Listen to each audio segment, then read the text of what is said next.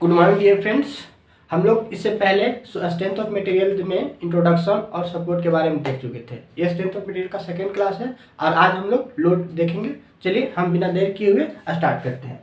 Load हमारे दो type के होते हैं, एक तो कंसंट्रेटेड लोड होता है और दूसरा डिस्ट्रीब्यूशन लोड होता है। ठीक, कंसंट्रेटेड लोड किसे बोलेंगे? तो फॉर एग्जाम्पल आपका ये एक बीम है और इस बीम पे एक पॉइंट पर हमारा लोड क्या है, कंसंट्रेटेड है 10 किलो न्यूटन। तो इस टाइप के लोड को हम क्या बोलेंगे? कंसंट्रेटेड लोड कहेंगे। डिस्ट्रीब्यूशन लोड हमारा दो टाइप के होते हैं, एक हमारा वेरिंग लोड होता है, दूसरा non varying load. Varying load को भी हम दो पार्ट में बांटे हैं, पहला यूनिफॉर्मली वेरिंग लोड और दूसरा रेंडमली वेरिंग लोड। यहाँ पर कोई दिक्कत नहीं है। अब हम नॉन वेरिंग लोड किसे बोलेंगे? तो नॉन वेरिंग लोड में हमारा वेरी नहीं करेगा, कॉन्स्टेंटली डिस्ट्रीब्यूटेड रहेगा पूरे बीम पर। फॉर एग्जाम्पल आपका ये बीम है और इस बीम पर यूनिफॉर्मली क्या है, डिस्ट्रीब्यूटेड है लोड। इस तरह के लोड को हम नॉन वेरिंग लोड कहेंगे या इसे यूडीएल भी कहते हैं, यूनिफॉर्म डिस्ट्रीब्यूटेड लोड। ठीक, इस पे हम मान लेते हैं कि x किलो न्यूटन पर मीटर हमारा लोड डिस्ट्रीब्यूटेड है y लेंथ पर। ठीक, इस तरह का हमारा जो बीम है और इस बीम पे पूरी बीम पर हमारा क्या है, लोड है, डिस्ट्रीब्यूटेड है यूनिफॉर्मली, जिसे हम क्या बोलेंगे, नॉन वेरिंग लोड या इसे हम यूडीएल भी कहते हैं, यूडीएल लोड। इसे हम डिनोट करने के लिए इस तरह से भी डिनोट कर सकते हैं, यूनिफॉर्मली।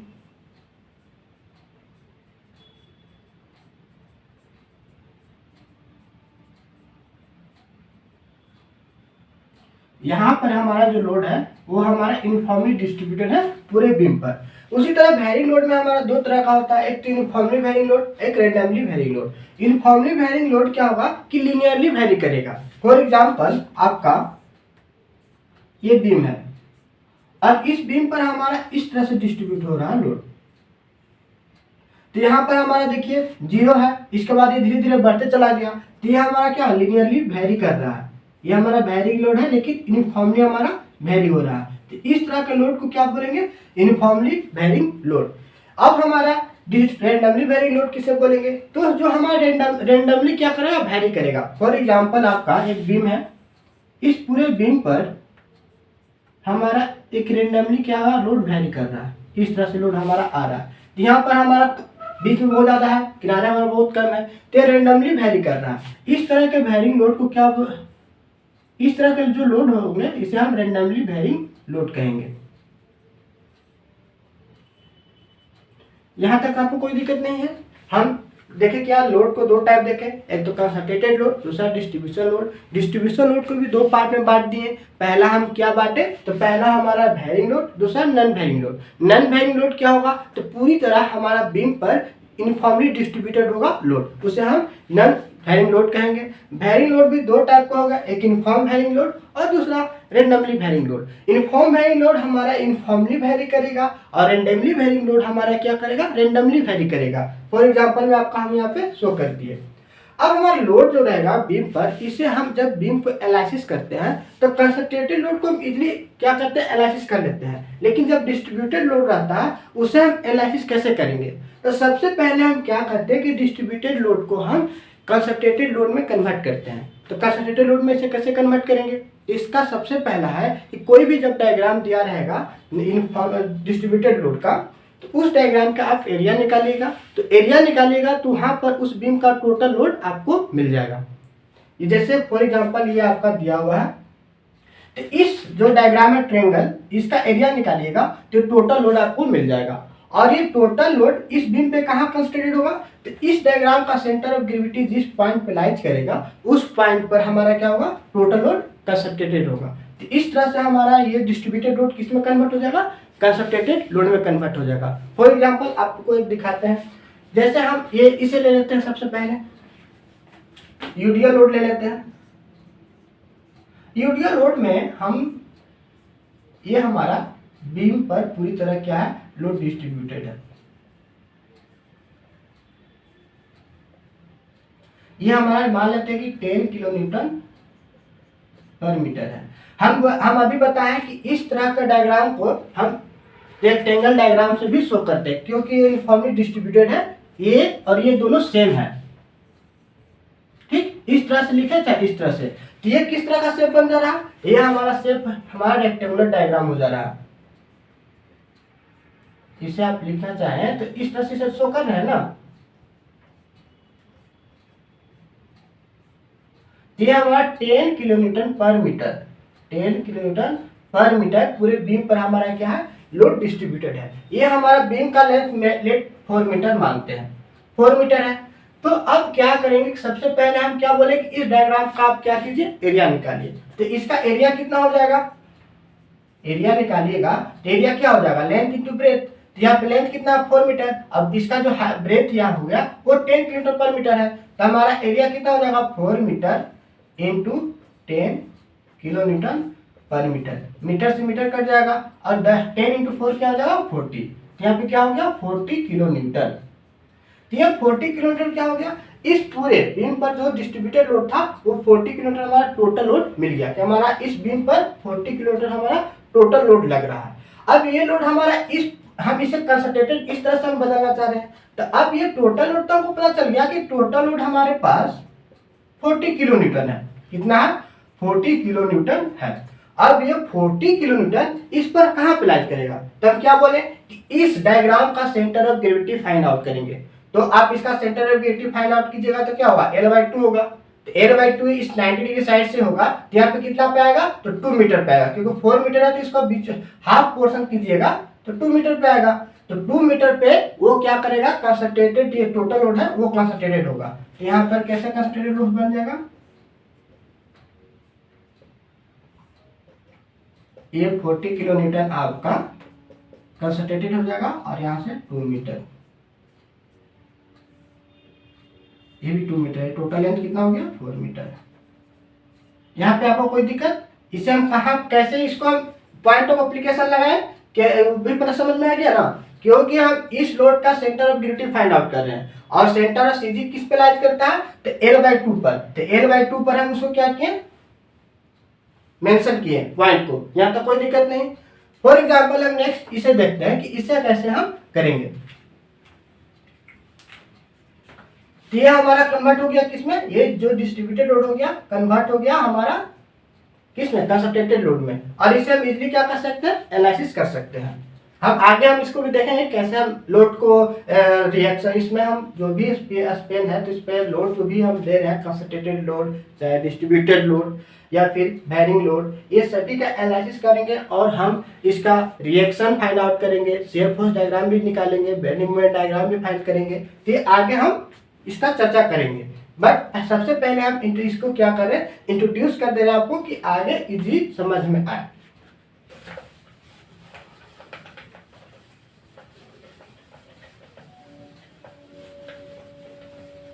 उसी तरह से हम इसको एक बार हम इससे इस डायग्राम को भी ले लेते हैं।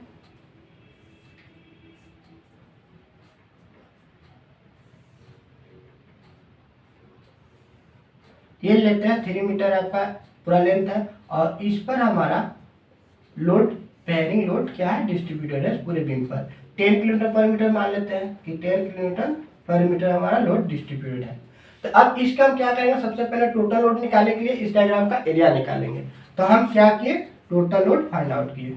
टोटल लोड के लिए क्या किए, एरिया निकालना। एरिया क्या हो जाएगा, 1/2 into B into H. Breadth इसका कितना है, 3 मीटर और हाइट कितना है, 10 किलोमीटर पर मीटर।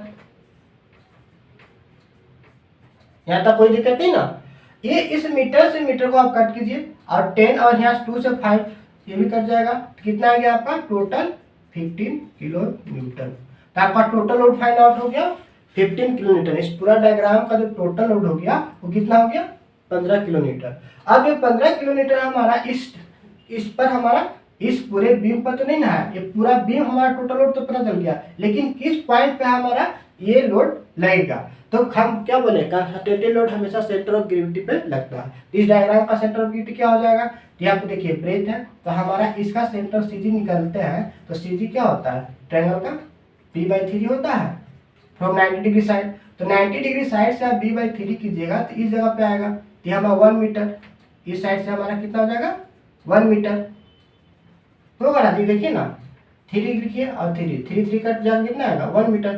तो 90 डिग्री साइड से 1 मीटर के बाद हमारा सेंटर ऑफ ग्रेविटी लाइज कर रहा है, तो इस पॉइंट पर हमारा क्या होगा, टोटल लोड लगेगा। तो हम इसे कन्वर्ट कर सकते हैं कंसंट्रेटेड लोड को, डिस्ट्रीब्यूशन लोड को कंसंट्रेटेड लोड में हम इसे कन्वर्ट कर देंगे। यहाँ पे कितना टोटल लोड लगेगा 50 किलोमीटर और सेंटर ऑफ ग्रेविटी से कितना 1 मीटर दूर पर, इधर कितना बच जाएगा 2 मीटर। समझे, यहाँ तक कोई दिक्कत। इसी तरह अब रेंडमली भी है, इसका भी सेम आपका है। डायग्राम को सबसे पहले क्या कीजिएगा, एरिया निकालिएगा, एरिया निकल जाएगा तो उस लोड को टोटल लोड फाइंड आउट हो जाएगा। टोटल लोड को आप पहले नंबर क्या कीजिएगा, उस डायग्राम का centre of gravity find out कीजिएगा और उस सेंटर ऑफ ग्रेविटी पर हमारा टोटल लोड क्या होगा, कंसंट्रेटेड होगा। ओके, चलिए इसके आगे हम देखते हैं बीम। तो हम अभी बीम देखेंगे तो हमारे टाइप्स ऑफ बीम देखते हैं जो हम आगे यूज करेंगे कि कितने टाइप के बीम होते हैं। तो हम सिंपली सपोर्टेड बीम हो गया, कैंटिलीवर बीम हो गया, किसे प्रोप बीम कहेंगे, किसे हम फिक्स्ड बीम कहेंगे। तो उससे पहले हम थोड़ा सा क्या करते हैं कि डायग्राम से हम उसको बता देते हैं, फिर आगे हम आगे चर्चा करेंगे। देखिए हमारा सिंपली सपोर्टेड बीम, सिंपल, ये हमारा क्या हो गया, सिंपली सपोर्टेड बीम हो गया। ठीक, ये हमारा क्या हो गया, simply supported beam, simply supported beam. Simply supported beam को अब हम इसमें क्या करते हैं कि हम इसको सपोर्ट से दिखाते हैं। तो फॉर एग्जांपल इस बीम में दोनों साइड क्या किए, रोलर लगा दिए।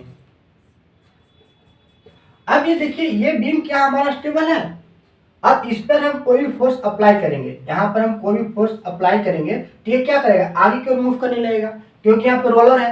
तो रोलर है तो हम बताएं ना कि रोलर में हमारा हॉरिजॉन्टल डायरेक्शन में कोई रिएक्शन तो आता नहीं है, तो इसमें जैसे फोर्स करेंगे तो आगे क्या हो जाएगा, मूव करने लगेगा, यहाँ पे मूवमेंट होगा।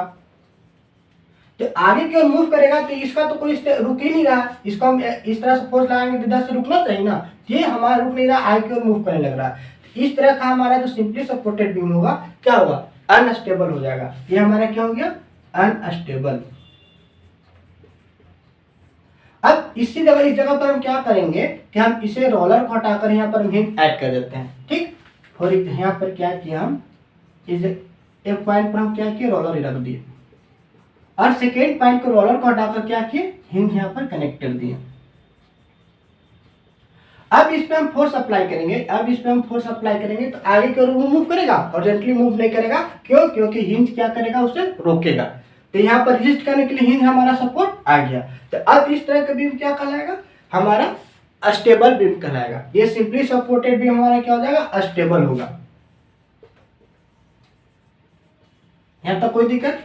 अनस्टेबल क्यों हुआ, क्योंकि ये रेजिस्ट नहीं कर रहा है। हम इस पर फोर्स अप्लाई करें तो इसको रुकना चाहिए तो रुक नहीं रहा, आगे और मूव करने लग रहा है। अब ये कहाँ तक जाएगा कोई तब पता नहीं है।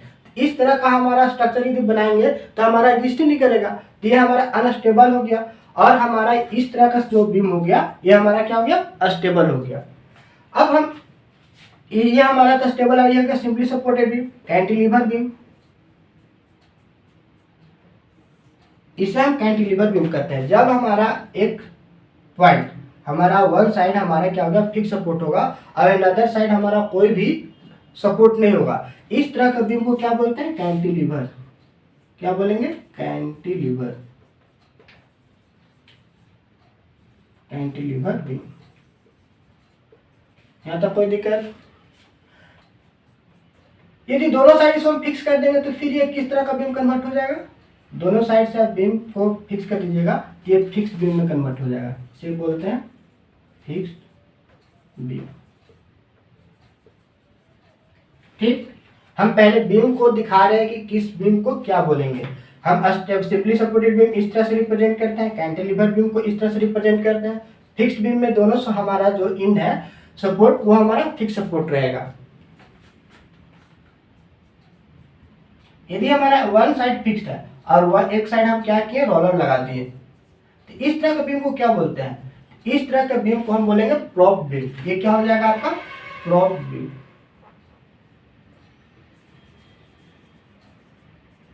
Prop beam.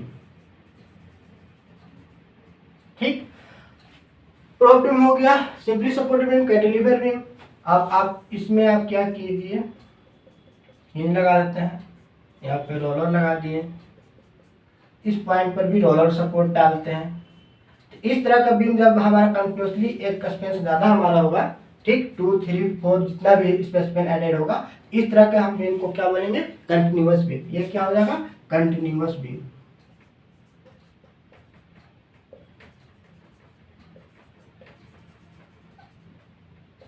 यहाँ तक कोई दिक्कत? अब हम आगे नेक्स्ट डिस्कस करेंगे कि हम सपोर्ट के आधार पर बीम को कितने टाइप में बांटते हैं, on the basis of support.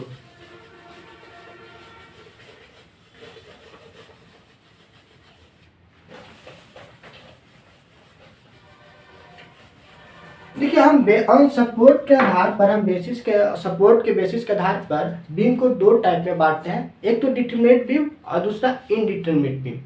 ठीक, on the basis of support, on the basis of support beam को हम दो पार्ट में बांटते हैं। पहला determinant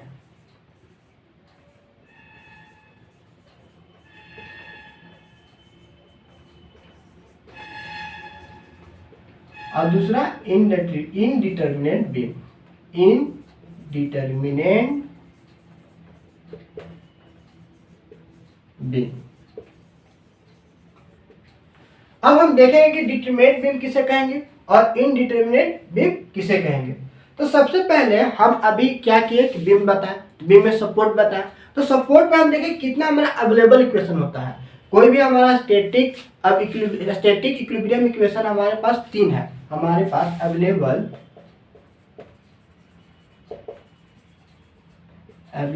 statics equilibrium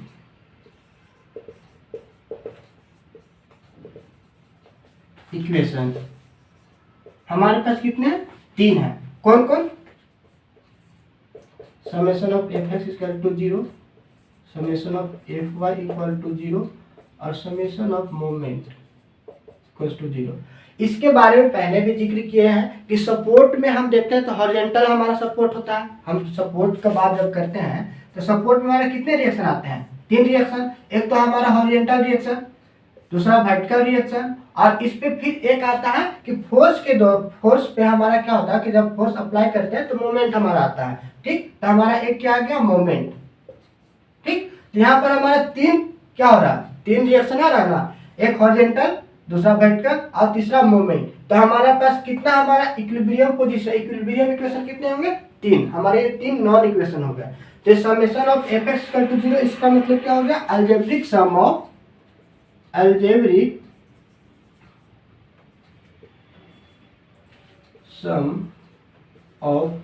all horizontal, algebraic sum of horizontal forces या all horizontal forces equal to 0। हम यदि क्या, इसमें इसका कहने का मीन्स क्या है कि आप हमारे पास हॉरिजॉन्टल फोर्स है, ठीक, कोई भी बीम है, उस बीम पे हॉरिजॉन्टल फोर्स लग रहे हैं, तो सभी हमारा सभी क्या करेंगे, हॉरिजॉन्टल फोर्स को ऐड करेंगे विद साइन। यहाँ पे अलजेब्रिक है, तो अलजेब्रिक मतलब कि वो किस डायरेक्शन में लग रहा है, उस डायरेक्शन को लेंगे, एक डायरेक्शन पॉजिटिव लेंगे, तो एक डायरेक्शन को निगेटिव लेंगे। तो विद साइन हम क्या करेंगे, सभी हॉरिजॉन्टल फोर्स को ऐड करेंगे, तो वो क्या होना चाहिए, 0 होना चाहिए, इन इक्विलिब्रियम पोजीशन को होल्ड करेगा। तो उसी तरह हमारा जब वर्टिकल फोर्स में जो भी रिएक्शन लग रहे हैं, तो सभी वर्टिकल फोर्सेस को अलजेब्रिक साइन के साथ ऐड करेंगे, तो क्या होना चाहिए, 0 होना चाहिए। तो हमारा summation of F I equal to 0, इसका मतलब वही हो गया, algebraic sum of all vertical forces. ये वाई किस डायरेक्शन को बता रहा है, वर्टिकल डायरेक्शन को। यहाँ पे वर्टिकल फोर्स को हम ले रहे हैं।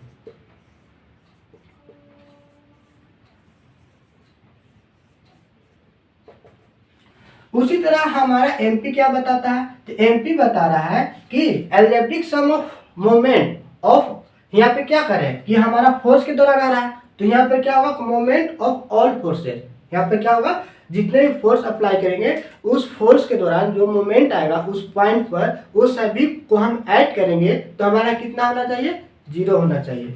ठीक, ये हमारा थर्ड इक्विलिब्रियम इक्वेशन है। Algebraic sum of moment of all forces, algebraic sum of moment of all forces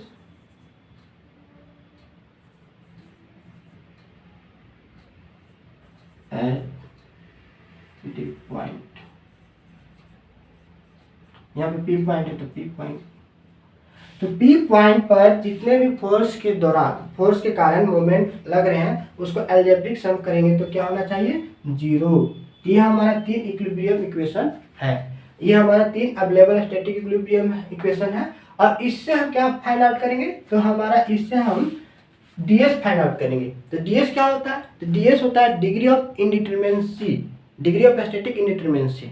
ठीक, उसे हम क्या करेंगे, ds फाइंड आउट करेंगे। तो ds इक्वल टू, तो हम क्या करें, ds हम फाइंड करने के लिए अब क्या बोले आपको कि डिग्री ऑफ स्टैटिक इंडिटरमिनेंसी।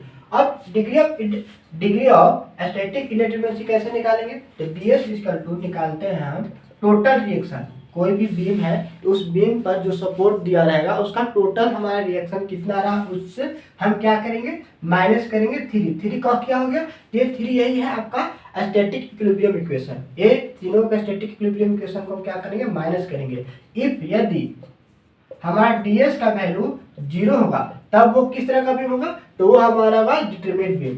ds का वैल्यू यदि 0 हो गया तो वो किस तरह का बीम का होगा, वो हमारा डिटरमिनेट बीम होगा, determinate beam.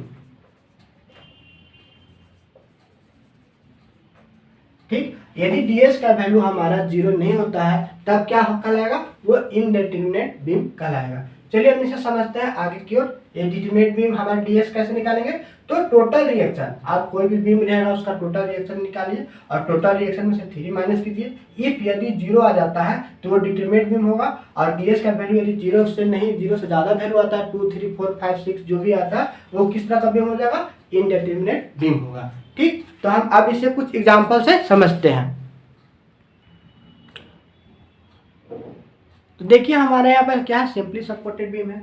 Simply supported beam हम ये क्या बताए थे कि हिंज में कितने टोटल रिएक्शन होते हैं, तो हिंज में हमारा 2 रिएक्शन होते हैं, एक तो हमारा वर्टिकल और दूसरा हॉरिजॉन्टल रिएक्शन। और रोलर सपोर्ट में कितने रिएक्शन आते हैं, तो एक को केवल और केवल कौन सा, तो वर्टिकल। तो यहाँ पे टोटल रिएक्शन कितना हो गया, टोटल रिएक्शन इसमें हमारा 2 + 1 करेंगे 3 आ गया। ds निकालने के लिए क्या बताएं कि ds निकालिएगा r-3 से, तो यहाँ पे क्या करेंगे, r-3। r आपका कितना हो गया, टोटल रिएक्शन हमारा 3 हो गया, और हम 3 जो हो गया वो हमारा क्या होगा, 3 हमारा बताया अभी इससे पहले कि वो हमारा स्टैटिक इक्विलिब्रियम इक्वेशन है 3। तो इससे हम क्या किया, माइनस किया तो कितना आ गया, 0। ds के वैल्यू जब 0 होगा तो क्या किस तरह का बीम होगा, डिटरमिनेट बीम। ये किस तरह का बीम है, डिटरमिनेट बीम। ये कौन सा बीम कहलाएगा, डिटरमिनेट बीम।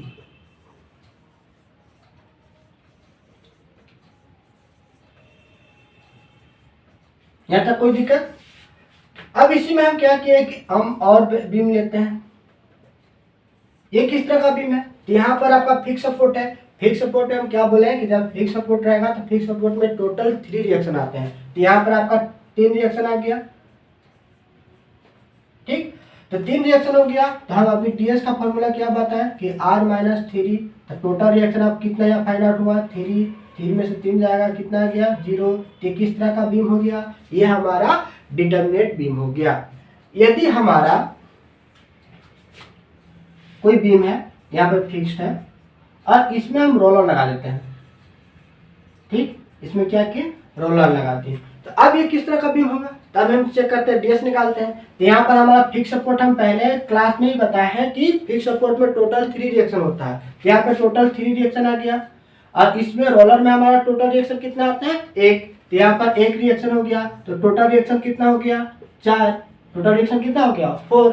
अब इसमें क्या करेंगे, ds फाइंड आउट करेंगे, डिग्री ऑफ स्टैटिक इंडिटरमिनेंसी। हमारा रिएक्शन कितना है 4, 4 में से 3 गया, कितना गया 1। हम बताए हैं कि जब टीएस का वैल्यू 0 नहीं रहेगा तो वो क्या कहलाएगा इनडिटरमिनेट। ये तो वैल्यू कितना है 1 है, तो 1 है मीन दैट की वैल्यू ज्यादा है, तो ये क्या हो गया इनडिटरमिनेट बीम। ये क्या हो गया इनडिटरमिनेट बीम, इनडिटरमिनेट बीम।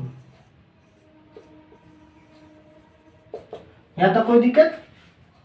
इसी तरह आप फिक्स सपोर्ट ले लेते हैं, एक किस तरह का बीम है बताइए।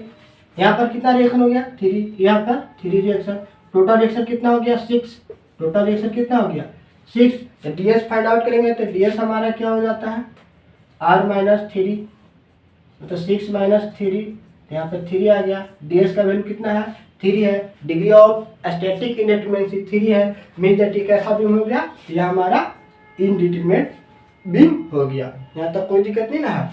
आगे हम देखते हैं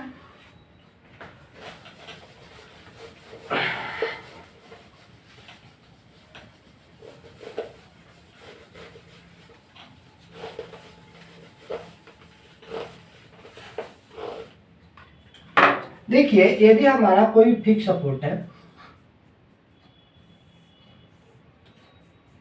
और इस पे हमारा क्या है वर्टिकल लोड लगा हुआ है, तो जब भी यदि कोई फिक्स सपोर्ट पे वर्टिकल लोड ये हमारा अप्लाई होता है तो ये बताता है कि यहाँ पर केवल और केवल क्या लग रहा है वर्टिकल लोड लग रहा है, इसमें हॉरिजॉन्टल लोड को हम कंसीडर नहीं करते हैं। ये हॉरिजॉन्टल लोड है वो हमारा नहीं आएगा, तो ये हॉरिजॉन्टल लोड नहीं लग रहा, केवल और केवल क्या लग रहा है तो वर्टिकल लोड लग रहा है। तो इस केस में हमारा दो ही फोर्स आ रहा है ना जी, एक तो वर्टिकल लोड और दूसरा मोमेंट। हम तो जब हम बोले कि हॉरिजॉन्टल फोर्स कंसीडर नहीं करेंगे तो हॉरिजॉन्टल फोर्स तो चला जाएगा, तो यहाँ पे टोटल रिएक्शन कितना आ जाएगा एक 2 आ जाएगा, क्यों एक वर्टिकल लोड एक मोमेंट। इस जगह पे एक हमारा वर्टिकल लोड आएगा एक मोमेंट, तो यहाँ पर रिएक्शन कितना होगा 2, तो टोटल रिएक्शन कितना आ जाएगा 4, 2 + 2 4।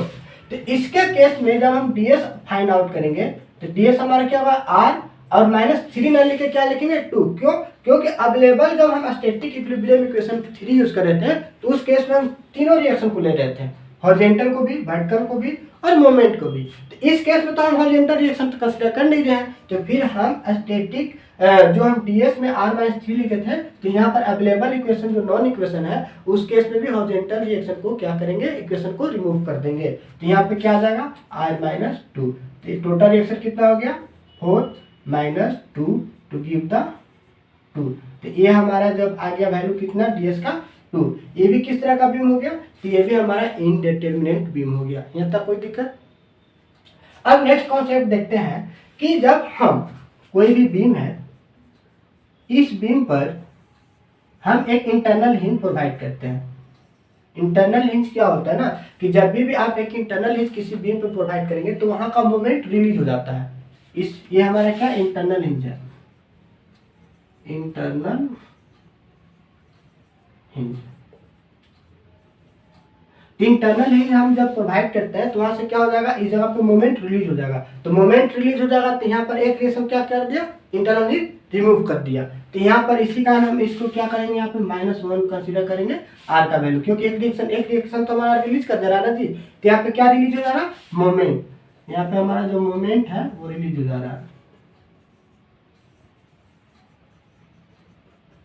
ठीक, तो अब इस केस में हम कितना डीएस निकालेंगे, तो डीएस कैसे फाइंड आउट करेंगे, तो डीएस इक्वल टू यहाँ पर हो जाएगा R। पहले तो रिएक्शन निकालो, तो यहाँ पे कितना है फिक्स सपोर्ट है, फिक्स सपोर्ट में रिएक्शन कितना होता है 3, यहाँ पे फिक्स सपोर्ट है, फिक्स सपोर्ट में रिएक्शन कितना होता है 3, तो टोटल रिएक्शन कितना हो गया 6 R-3, तो हमारा टोटल रिएक्शन कितना हो जाएगा 6 - 3। बट यहाँ पर इंटरनल हिंज भी तो आ रहा है, तो इंटरनल हिंज को भी क्या करेंगे इसमें माइनस करेंगे, तो -R'। इंटरनल हिंज कितना आएगा, तो इंटरनल हिंज का यहाँ पर रिएक्शन क्या होगा, एक तो रिएक्शन हमारा रिमूव कर रहा है, तो एक रिएक्शन रिमूव कर रहा है तो 1 यहाँ पर आ जाएगा, तो यहाँ पर क्या करेंगे -1 करेंगे, तो 6 - 3 -1 कितना हो जाएगा, तो 6 में 4 घटाओ 2 आ जाएगा। ठीक, तो 6 में से 4 घटाए तो हमारा क्या आया 2, तो इसका टीएस वैल्यू कितना हो गया 2। अब समझा आया, ये कहीं पे भी अभी इंटरनल हिंज रहेगा तो इंटरनल हिंज के लिए हम यहाँ पे क्या किए 2 मेंबर के साथ अटैच है इंटरनल हिंज, तो A-1 करते हैं तो इंटरनल हिंज का रिएक्शन निकल जाता है कि वहाँ पे इंटरनल हिंज कितना आ रहा है, कितना उसमें रिएक्शन आ रहा है इंटरनल रिएक्शन। तो इंटरनल रिएक्शन निकालने के लिए A- हम 1 करते हैं, वो अभी आगे नेक्स्ट पढ़ेंगे, बट अभी सिंपल से याद रखिए कि यहाँ पे इंटरनल हिंज का रिएक्शन हो गया, इंटरनल रिएक्शन वो 1 हो गया। तो 1 हम इसमें माइनस किए। कैसे 1 हुआ है बताया कि मोमेंट वहाँ पे एक रिलीज हो रहा है, इसके कारण हम क्या किए कि 1 माइनस किए। तो 6 में से हम 4 माइनस किए तो 2, तो ds का वैल्यू 2 हो गया। तो इस तरह का बीम भी क्या कहलाएगा, इनडिटरमिनेट बीम कहलाएगा। यहाँ तो कोई दिक्कत नहीं ना है। अब नेक्स्ट देखते हैं कि यदि हमारा प्रोब बीम रहता है, और ठीक प्रोब बीम में हम क्या करते हैं कि इंटरनल हिंज प्रोवाइड करते हैं। एक प्रोब बीम है, एक क्या किया हम प्रोब बीम ले लिए। इस प्रोब बीम में अभी तो हम बताएं कि प्रोब बीम कैसा होगा। अब इसका हम क्या करते हैं कि हम डीएस निकालते हैं। तो डीएस निकालेंगे तो 3 रिएक्शन, और यहाँ पे कितना रिएक्शन है, एक। रोलर में हमारा 1 रिएक्शन आता है, तो टोटल रिएक्शन तो हमारा 4 हो गया। तो 4 माइनस 3 था हमारा डीएस, इसका 1 आ रहा है। इस तरह का बीम हमारा क्या हो गया, इनडिटरमिनेट बीम। बट हम इसमें क्या किए कि हम इंटरनल हिंज प्रोवाइड कर दिए। यहाँ पर हम इंटरनल हिंज प्रोवाइड कर दिए, ये हमारा क्या होगा, इंटरनल हिंज। तो इंटरनल हिंज प्रोवाइड करेंगे तो यहाँ पर एक रिएक्शन रिलीज हो जाएगा। तो एक रिएक्शन रिलीज होगा तो डीएस यहाँ पर कितना आ जाएगा। इस केस में आप बताइए कि डीएस कितना आएगा। तो डीएस हम बोले हैं क्या, टोटल रिएक्शन। तो टोटल रिएक्शन यहाँ पे हमारे फिक्स सपोर्ट है तो 3 हो गया, रोलर सपोर्ट है तो 1 हो गया, तो 3 एक 4 माइनस हमारे 3। और हम क्या बताएं कि जब 4 माइनस 3 करेंगे तो इंटरनल हिंज आएगा, तो उसको भी क्या करेंगे, माइनस करेंगे। तो इंटरनल हिंज में इंटरनल रिएक्शन कितना आ रहा है, 1। यहाँ पे 1 माइनस करेंगे तो 4 में से हमारा 4 जाएगा 0, तो डीएस का वैल्यू क्या आ गया, 0। तो अब ये किस तरह का बीम में कन्वर्ट हो गया, अब ये बीम हमारा डिटरमिनेट बीम कहलाएगा। अब ये किस तरह का बीम कहलाएगा, डिटरमिनेट बीम कहलाएगा।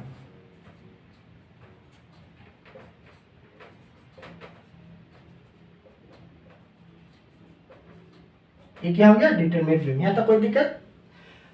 इसी तरह हम कोई भी इंटरनल हिंज रहेगा तो इंटरनल हिंज में क्या करेंगे कि यदि हमारा 2 मेंबर के साथ कनेक्टेड रहता है इंटरनल हिंज, तो उस जगह पे इंटरनल रिएक्शन एक हम क्या करेंगे, उस बीम में माइनस कर देंगे। तो डीएस में हम क्या किए, 1 माइनस करके वहां से डीएस फाइंड आउट कर देंगे। उसी यदि हमारा कोई भी बीम है, बीम में वर्टिकल लोड हमारा इस तरह से लोड को अप्लाई किया जाता है, तो यहाँ पर ये मेंशन किया है कि यहाँ पर ओनली वर्टिकल लोड ही यूज कर रहे हैं, हॉरिजॉन्टल लोड नहीं ले रहे हैं। तो यहाँ पर इक्विलिब्रियम इक्वेशन में 2 कंसीडर करेंगे, I-2 से हम इसको डीएस को फाइंड आउट करेंगे। यहाँ पर आप कंफ्यूजन नहीं होइएगा।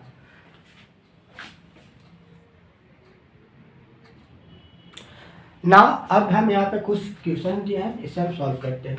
अब बताइए इसका डीएस क्या होगा।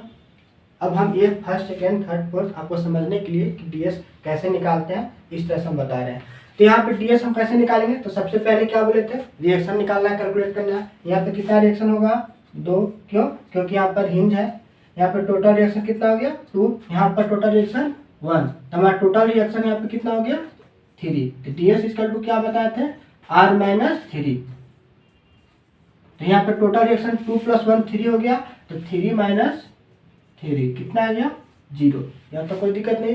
ये किस तरह का बीम हो गया, यह हमारा बीम होगा डिटरमिनेट बीम। क्यों, क्योंकि डीएस का वैल्यू वहाँ पर 0 आ रहा है। अब ये बताइए इस तरह का बीम कितना होगा। तो यहाँ पर हमारा, यहाँ पे तो कोई सपोर्ट है नहीं, तो यहाँ पर हमारा रिएक्शन 0 हो गया।